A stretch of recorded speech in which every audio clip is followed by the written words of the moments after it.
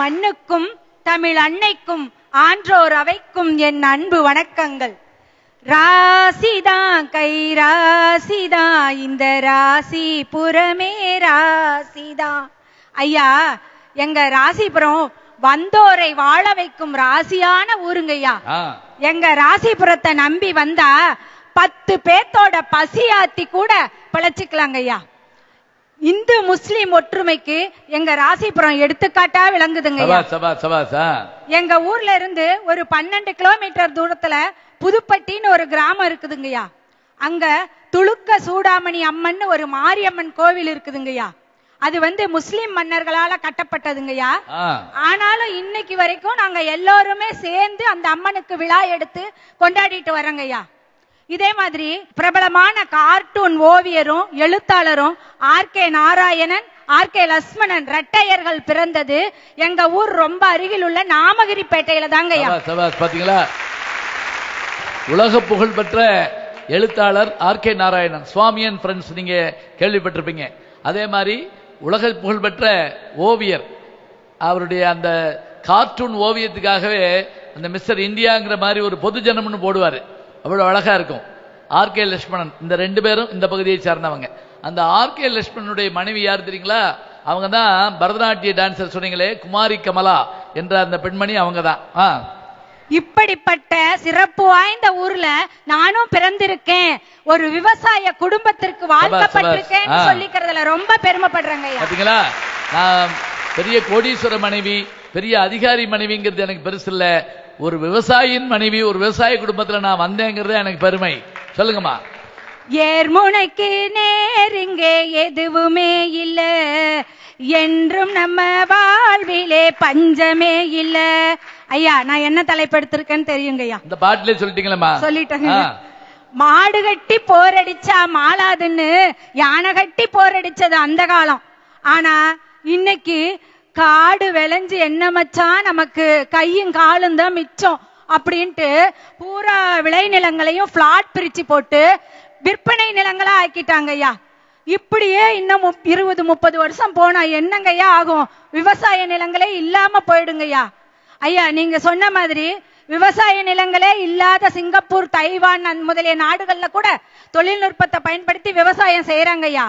நம்ம இந்தியாவுல அதிகமா நெல் விளையிற மாநிலம் உத்தரப்பிரதேசம், தமிழகத்தின் நெற்களஞ்சியம் தஞ்சாவூர்னு நம்ம எல்லாருக்கும் தெரியுங்கய்யா.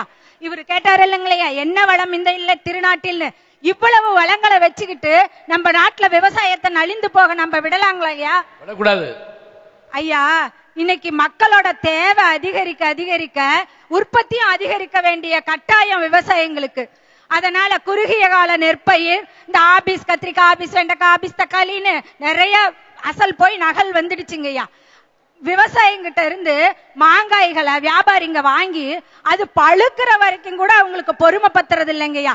கார்பிக் கல்லு போட்டு பழுக்க வச்சு இதனால மக்களுக்கு என்ன பாதிப்பு உண்டாகுங்கிறதெல்லாம் யோசிக்கிறது இல்லைங்கய்யா. இப்படி பண்ணிட்டு இருக்காங்க ஐயா வியாபாரிங்க. இந்த வகையில எங்க ராசிபுரத்து மக்கள் ரொம்ப கொடுத்து வச்சவங்க ஐயா. நீங்க சொன்னீங்க இல்லையா, வல்வில் ஓரி ஆண்டது கொல்லிமலை. அந்த கொல்லிமலை எங்க ஊர்ல இருந்து ஒரு 50 கிலோமீட்டர் தொலைவில் இருக்குங்கய்யா. அது ரொம்ப செழிப்பான பகுதிங்கய்யா.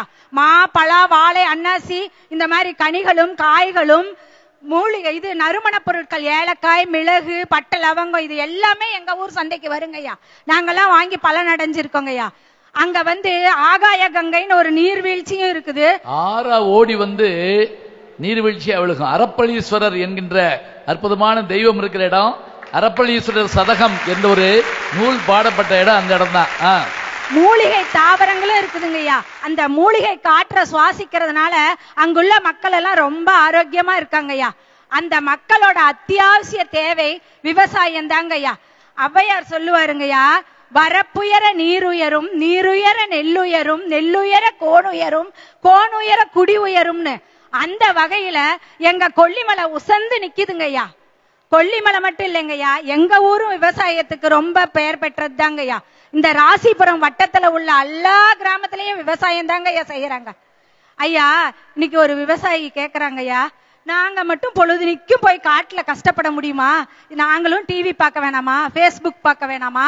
வாட்ஸ்அப்ல இப்ப தகவல் பரிமாறிக்க வேணாமா? அவங்களுக்கு எல்லாம் தாங்க ஐயா தொழில்நுட்பம் வந்திருக்கு. சோஃபால உட்காந்துக்கிட்டு பெட்ல படுத்துக்கிட்டு இந்த வயலுக்கு இத்தனை நிமிஷம்னு சொல்லிட்டு ரிமோட் கண்ட்ரோல் மூலமா தண்ணி பாய்க்கலாங்க ஐயா. அந்த மாதிரி டெக்னாலஜி எல்லாம் வந்திருக்குன்னு சொல்றாங்க ஐயா. இதெல்லாம் ஒத்துக்கிறேங்க ஐயா. இதெல்லாம் தொழில்நுட்பம் எல்லாம் கல்குரணை நீக்க, கதிர் அறுக்க, இதுக்கெல்லாம் டெக்னாலஜி கண்டுபிடிச்சிருக்காங்க, ஒத்துக்கிறேங்க ஐயா. ஆனா இந்த பிளாஸ்டிக் அரிசின்னு ஒண்ணு தொழில்நுட்பத்தை வச்சு கண்டுபிடிச்சிருக்காங்க பாருங்கயா, அதை என்னால ஜீரணிக்கவே முடியலீங்களே. சொல்லுங்கம்மா. மக்கள் என்னங்கய்யா மணல் மாதிரி குவிச்சு விளையாடவங்கய்யா அரிசி வாங்குறாங்க, பொங்கி சாப்பிட்டு அதை ஜீரணிக்க வேண்டாமாங்கய்யா? ஏங்கய்யா மக்கள் உயிரோட விளையாடுறாங்க? நல்லா கேளுங்க. இந்த தொழில்நுட்பக்காரங்களை இன்னொன்னு கேக்குறேங்கய்யா, மனிதனோட பசி ஆத்திரத்துக்கு இவங்களால டெக்னாலஜி கண்டுபிடிக்க முடியுங்களாயா? சொல்லுங்கய்யா. முடியவே முடியாதுங்கய்யா. அது இறைவன் படைப்புங்கய்யா.